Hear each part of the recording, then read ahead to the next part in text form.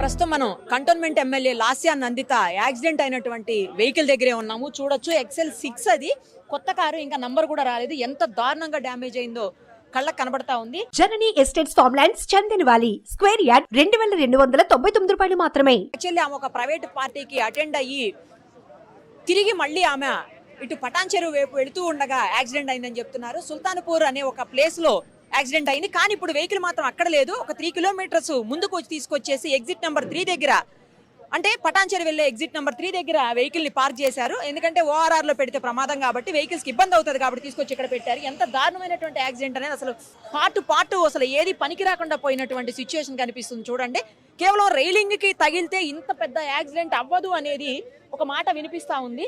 చూడండి ఒక్కసారి, మొత్తం అసలు ఏది కూడా లేదు. వెహికల్ టైర్స్, వీల్స్ మొత్తం ఇరిగిపోయినటువంటి సిచ్యువేషన్. కేవలం రైలింగ్ కి తగిలితే ఇంత పెద్ద యాక్సిడెంట్ అవ్వదు. ఇది ఆల్రెడీ ఒక వెహికల్ కి డాష్ ఇచ్చి ఆ తర్వాత ఈ వెహికల్ రైలింగ్ కి ఢీకొట్టిందని చెప్పేసి చెప్తా ఉన్నారు. కాకపోతే పోలీసులు ఆ విషయాన్ని పూర్తిగా నిర్ధారించట్లేదు. మనం చూడొచ్చు, కేవలం వాళ్ళు ముగ్గురు ఉన్నారట లోపల. మొత్తం డ్రైవర్ కమ్ ఆమె పిఏ ఆకాష్ అనే అతనే డ్రైవ్ చేస్తున్నాడని చెప్తున్నారు. పిఏగా కొంతకాలంగా అతను పనిచేస్తున్నాడు, అతనే డ్రైవింగ్ కూడా చేస్తున్నాడు ఇప్పుడు. సో ఆమె వెనకాల సీట్లో, ఇక్కడ ఈ సీట్లోనే ఆవిడ కూర్చుని ఉన్నారు. ఈ ఎయిర్ బ్యాగ్స్ కూడా ఓపెన్ అయినట్టు మనకు కనిపిస్తా ఉన్నాయి. అయినప్పటికీ కూడా, అంటే పెద్ద ప్రమాదం, మరింత పెద్ద ప్రమాదం జరిగినప్పుడు ఎయిర్ బ్యాగ్స్ కనిపించవు. ఇంకోటి, ఆవిడ సీట్ బెల్ట్ వేసుకోలేదని చెప్తా ఉన్నారు. ఫ్రంట్ చూడండి, అసలు ఎంత ఘోరమైనటువంటి సీట్ బెల్ట్ ఓపెన్ అయింది. ఓపెన్ అయినా కూడా ఆ ఆకాష్ అంటే డ్రైవర్ కి చాలా తీవ్రమైన గాయాలయ్యాయి. అతను చికిత్స పొందుతా ఉన్నాడు. ఆమె మాత్రం స్పాట్ లోనే చనిపోయారు. ఫేస్ కి బాగా గట్టిగా తాకి దెబ్బ, ఆ తర్వాత ఆవిడ స్పాట్ లోనే చనిపోయినట్టు తెలుస్తా ఉంది. ఇంకొకటి, గత కొంతకాలంగా ఆవిడ్ని మృత్యు వెంటాడుతుందనే చెప్పాలి నిజానికి. ఎందుకంటే వాళ్ళ ఫాదరు లాస్ట్ ఇయర్ మే నెలలో ఆయన చనిపోయారు. ఆయన చనిపోయిన తర్వాత ఆ సీట్ని లాస్యా నందితకి కేటాయించింది బీఆర్ఎస్ గవర్నమెంట్. ఆ టైంలో, అంటే అప్పుడు బీఆర్ఎస్ ఉంది కదా, ఆ పార్టీ వాళ్ళకి కేటాయించింది. ఆ తర్వాత ఆమె 17,000 మెజారిటీ తోటి అక్కడి నుంచి ఆవిడ గెలుపొందారు. నిజానికి ఆమె 37 ఇయర్స్, అంటే అతి పిన్న వయస్కులైనటువంటి ఎమ్మెల్యేలో ఆమె కూడా ఒకరని చెప్పాలి. లాస్ట్ డిసెంబర్లో ఆమె ఒక ఓపెనింగ్ కోసం వెళ్ళి షాప్లో లిఫ్ట్లో 3 గంటల పాటు ఇరుక్కుపోయినటువంటి పరిస్థితి. అది మొదటిసారి ఆ ప్రమాదం నుంచి బయటపడ్డారు. రెండోసారి ఈ నెలలోనే 13వ తారీఖు నల్గొండలో ఒక బహిరంగ సభ జరిగింది బీఆర్ఎస్ పార్టీకి సంబంధించింది. ఆ పార్టీ సభలో కేసీఆర్ కూడా పాల్గొన్నారు.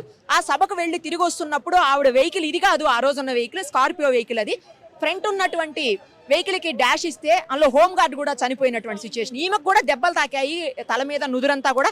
ఆ దెబ్బలు ఇంకా పూర్తి స్థాయిలో తగ్గలేదు. ఎగ్జాక్ట్ 10 days గ్యాప్ లోనే మళ్ళీ యాక్సిడెంట్ అవటం, ఆవిడ ప్రమాదంలో చనిపోవటం మనం చూస్తున్నాము. నిజానికి నేను ఇందాకే చెప్పాను, మృత్యు వెంటాడుతుందేమో అనిపిస్తుంది చూస్తూ ఉంటే వరుస ఘటనలతోటి.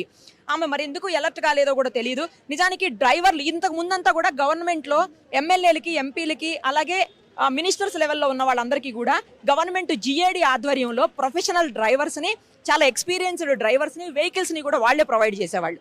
బట్ ఇప్పుడు అలా లేదు, కేవలం అలవెన్స్ మాత్రమే ఇస్తున్నారు. వీళ్ళు డ్రైవర్లను పెట్టుకుంటున్నారు, అలవెన్స్ ఇస్తున్నారు. ఇక్కడైతే మనకు వెహికల్ 100 లాక్ అయినట్టు కనిపిస్తా ఉంది మీటరు. డైరెక్ట్ గా ఇది రైలింగ్ కే ఢీకొనిందా, లేదు అంటే ముందు వెహికల్ కి ఢీకొని తర్వాత రైలింగ్ ఏమన్నా ఢీకొట్టిందా అనేది మాత్రమే క్లారిటీ లేదు. ఒకసారి ఆ స్పాట్ కూడా చూద్దాము, రైలింగ్ కి ఢీకొట్టినటువంటి స్పాట్.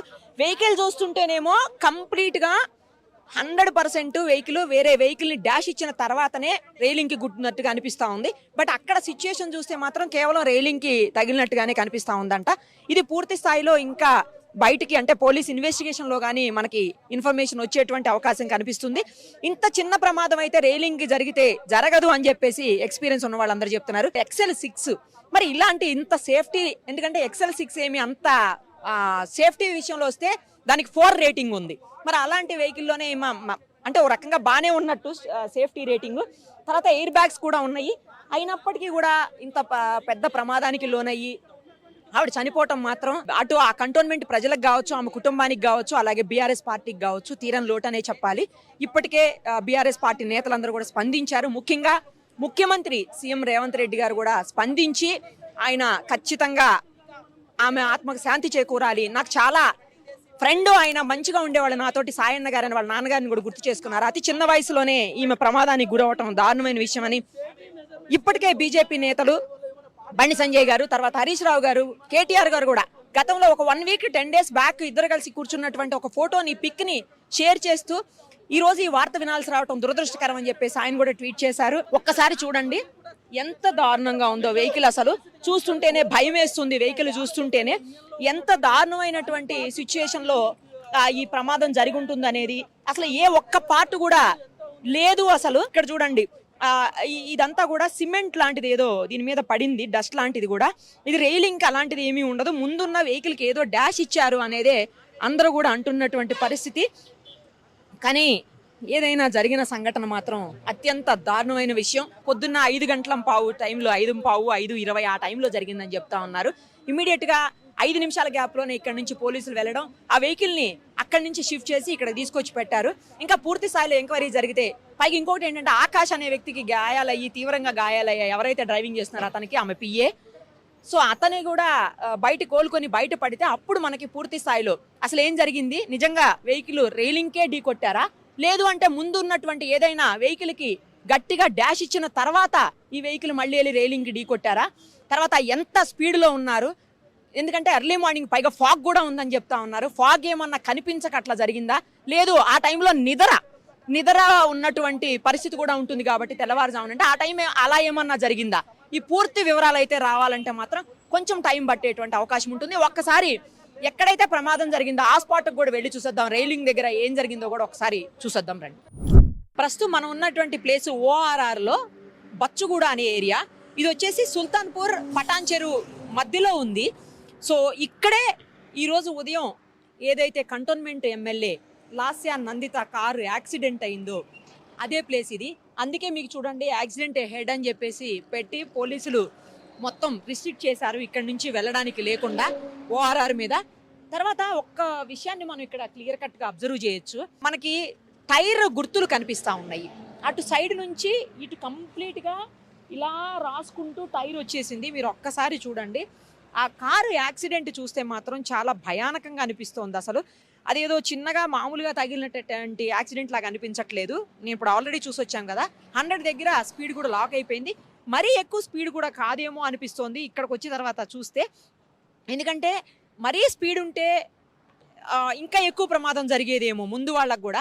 కానీ విచిత్రం ఏంటంటే ఎవరైతే డ్రైవింగ్ సీట్లో ఉన్నారో అతనికి గాయాలు అయ్యాయి తప్ప అతనైతే చనిపోలేదు. వెనక సీట్లో కూర్చున్నటువంటి ఆవిడ మాత్రం, ఎమ్మెల్యే మాత్రం చనిపోవటం అనేది దురదృష్టకరము. ఇంకోటి, ఆవిడ సీట్ బెల్ట్ పెట్టుకోలేదు అనేది కూడా క్లియర్ కట్గా అందరూ చెప్తా ఉన్నటువంటి విషయం. మనం కూడా కారులో చూసాము ఆల్రెడీ. సీట్ బెల్ట్ వెనకాల సీట్కి మనం కూడా రెగ్యులర్గా చేస్తూనే ఉంటాం ఆ పని. మనం వేసుకోకుండా అది సౌండ్ వస్తుందని చెప్పేసి వెనకాల నుంచి వేసేసి వదిలేస్తాము.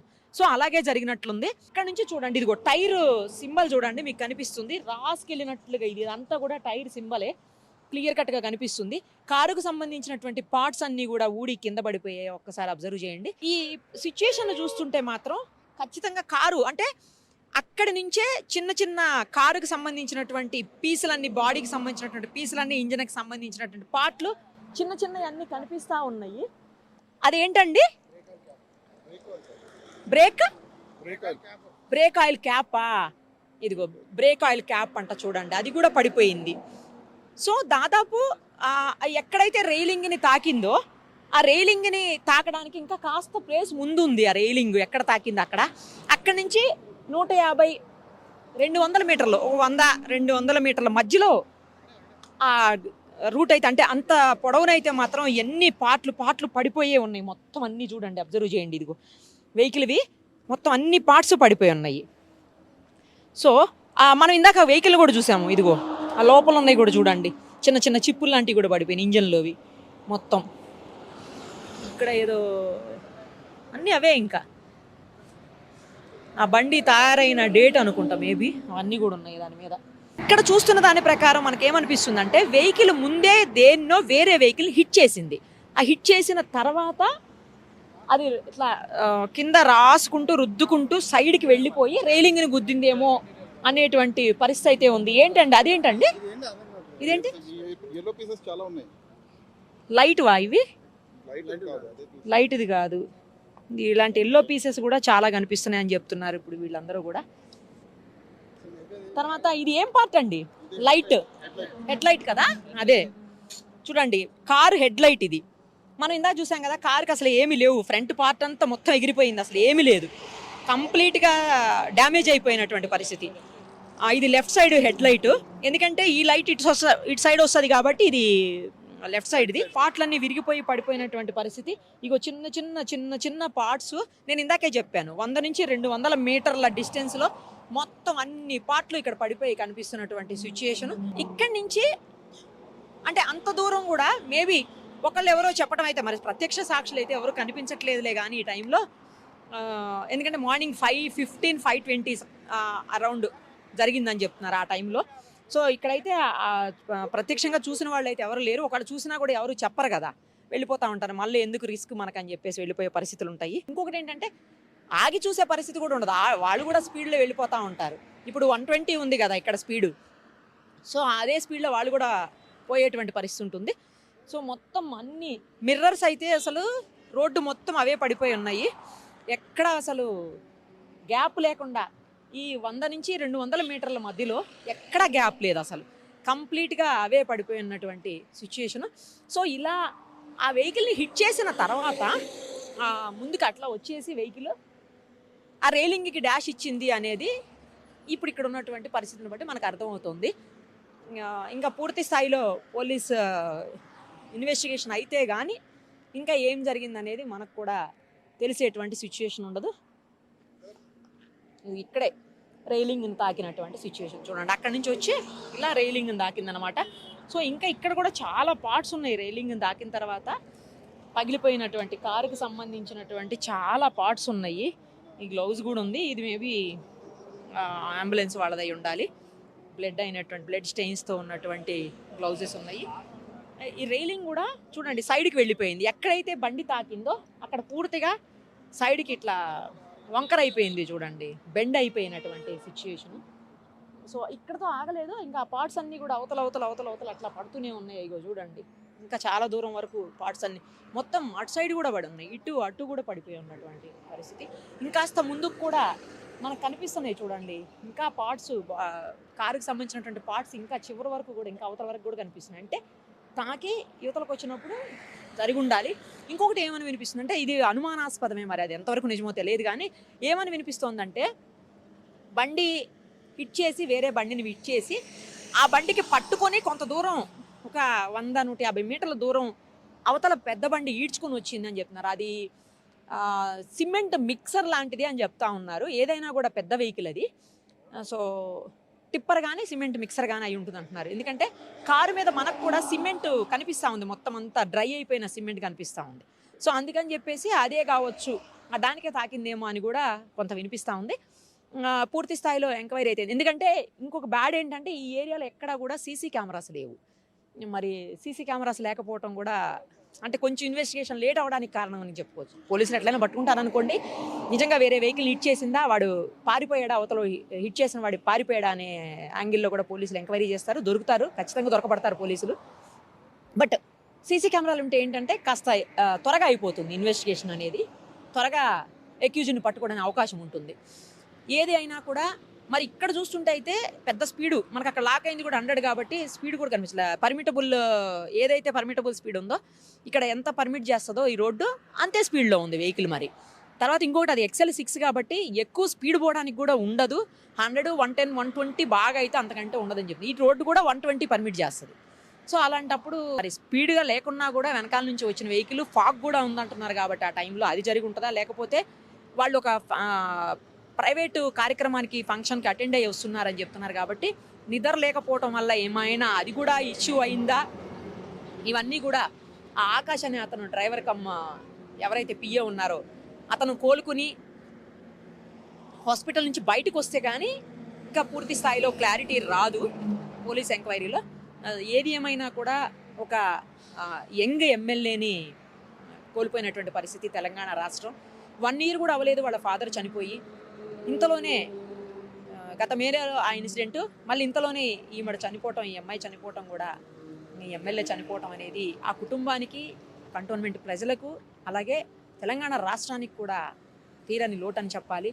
ఎందుకంటే 3 నెలల్లో 3 ప్రమాదాలు ఆల్మోస్ట్ ఆమె ఎమ్మెల్యే అయిన దగ్గర నుంచి కూడా. డిసెంబర్లో ఒక ప్రమాదం, మళ్ళీ ఈ నెల 13వ తారీఖునే ఇంకో ప్రమాదం, ఈరోజు ఈ ఇన్సిడెంటు.